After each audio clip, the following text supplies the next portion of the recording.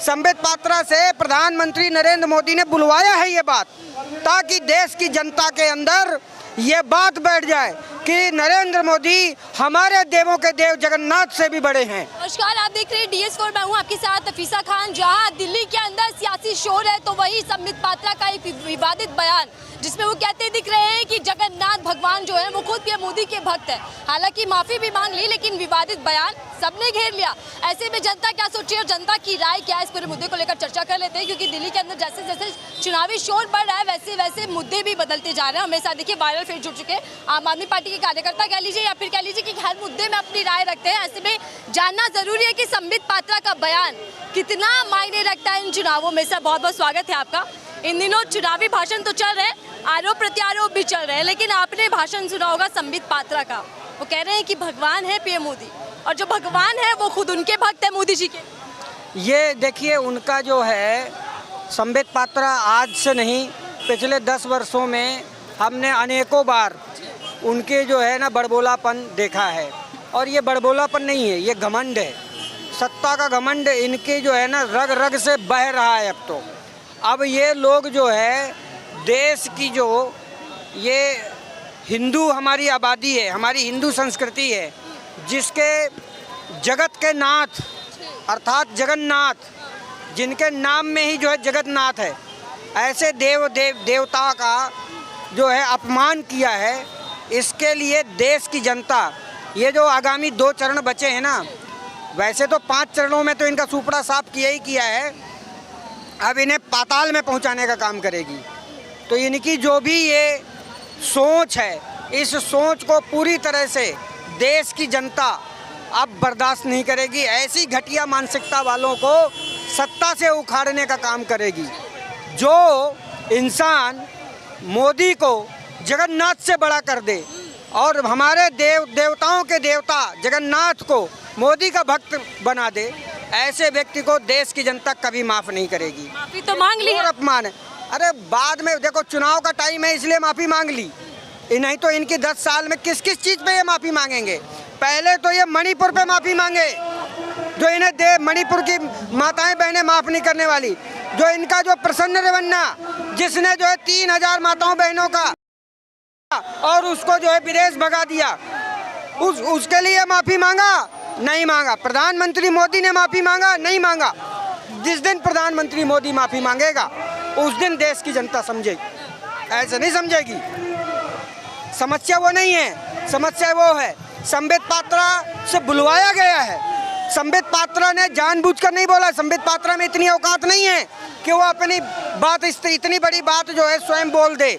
संबित पात्रा से प्रधानमंत्री नरेंद्र मोदी ने बुलवाया है ये बात, ताकि देश की जनता के अंदर ये बात बैठ जाए कि नरेंद्र मोदी हमारे देवों के देव जगन्नाथ से भी बड़े हैं।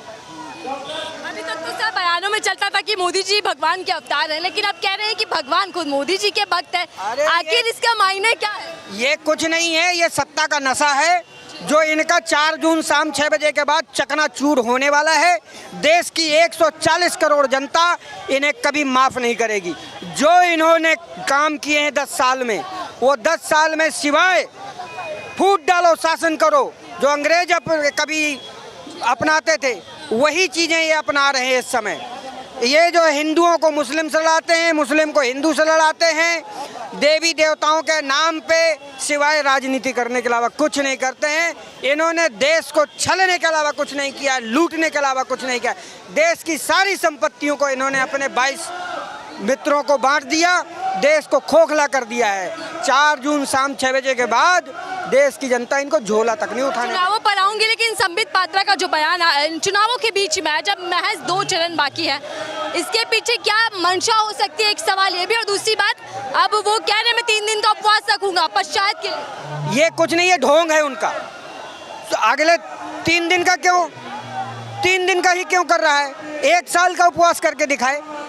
3 दिन का इसलिए कर रहा है कि अगले 3 दिन बाद इलेक्शन है, चुनावी कैंपेन खत्म हो जाएगा, इसके बाद वो टाटा बाय बाय करेगा और फिर वही हाल शुरू हो जाएंगे इनके। ये ढोंग है उसका, कुछ नहीं है ये। जहां उसको जो है पूरे देश से लताड़ मिलनी शुरू हो गई तो अब वो ढोंग कर रहा है। इनकी मनसा जग जाहिर है। देखो, जो आत्मा में होती है वही तो जुबान से निकलता है। मेरी जो आत्मा में है मैं वही तो जुबान से निकालूंगा। तो ये जो है उनकी आत्मा में कूट कूट के भरा गया है। ये संघ और भाजपा की रगों में सिवाय नफरत के, सिवाय अपने बड़बोलेपन के, सिवाय अपने आप को बड़ा दिखाने के अलावा कुछ नहीं है। यही इनकी नीति है, यही इनका जो है पहचान है। और अब देश की जनता भली भांति जान चुकी है। आप देख रही हैं इतना बड़ा हुजूम, दिल्ली की 7 सीट और देश 350 पार जाने वाली है इंडिया गठबंधन। लोग कहते हैं कि मोदी जी तो वाकई में ही भगवान है। आज़ादी भी तब मिली जब मोदी जी सत्ता में आए। ये वो मूर्ति बना दे, फिर मूर्ति बना दे, भगवान हो गए, मूर्ति बना दे, पूजा करना चालू कर दें, उससे क्या मिलेगा? आखिर मोदी जी को भगवान क्यों दिखाया? नहीं, मोदी जी को भगवान इसलिए दिखाया जा रहा है, कोई मौका नहीं है, काम नहीं किया। चुनाव किस पे होना चाहिए, बहस किस पे होनी चाहिए? काम किया, 10 साल से आप प्रधानमंत्री हो, आप अपने काम गिनाओ। रैली में आते हो रोने लग जाते हो, रोके वोट लोगे? कब तक लोगे?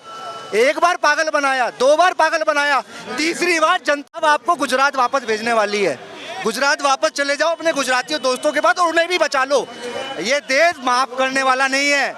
इस देश ने सबको ऊपर चढ़ाया, सबको सम्मान दिया, लेकिन जब इस देश के अंदर किसी के खिलाफ बोला गया कि कोई काम नहीं किया, उसको वापस भेजने का काम ये देश करेगा। और 7 सीट गठबंधन की आएगी।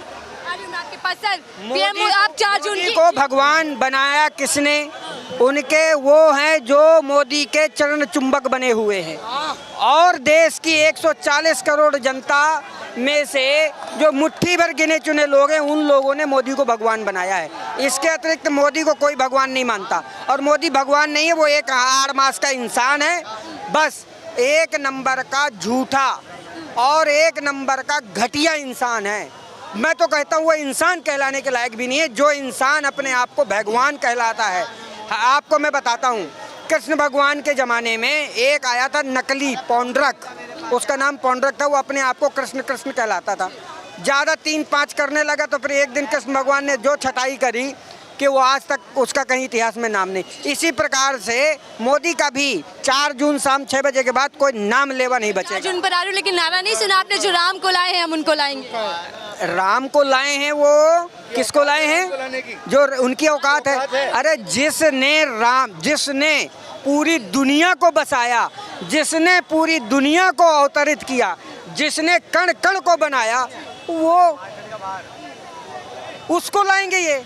अरे भगवान तो सदियों से है। भगवान राम हमारे इष्ट जो हर दिलों में राज करते हैं और वो हर समुदाय के इष्ट हैं वो। अच्छा, आप कह रहे हैं कि 4 जून को, जी सर, आप कह रहे हैं 4 जून को बीजेपी देखेगी किस तरीके से आ रही है, लेकिन उधर पीएम मोदी ने हमला किया, वो कह रहे हैं कि 4 जून को इंडिया अलायंस की हार पूरी दुनिया देखेगी। 4 जून को देखिए, वो जुमलेबाज हैं, वो जुमलेबाज हैं। वो अब क्या है, वो हताशा है। हताशा में वो अंत संत जो भी बकते हैं बक रहे हैं। वैसे भी उन्हें प्रधानमंत्री तो बनना नहीं है, अगले साल 75 साल के हो जाएंगे, रिटायर होने वाले हैं। वो अपने लिए नहीं ये सब बोल रहे हैं, ये सब अमित शाह के लिए बोल रहे हैं। चर्चा कर रहे थे कि इस मुद्दे को लेकर बीच चुनावों में जो बयान आया उसको लेकर जनता की राय क्या है। हालांकि समूचा विपक्ष और जनता के बीच में इस मुद्दे को लेकर नाराजगी है, लेकिन देखना ये होगा कि आने वाले चुनावों पर इस बयान का असर क्या पड़ता है। भगवान पीएम मोदी और भगवान भक्त है पीएम मोदी के, इसको लेकर आपकी राय क्या आप साझा कीजिएगा, दीजिए।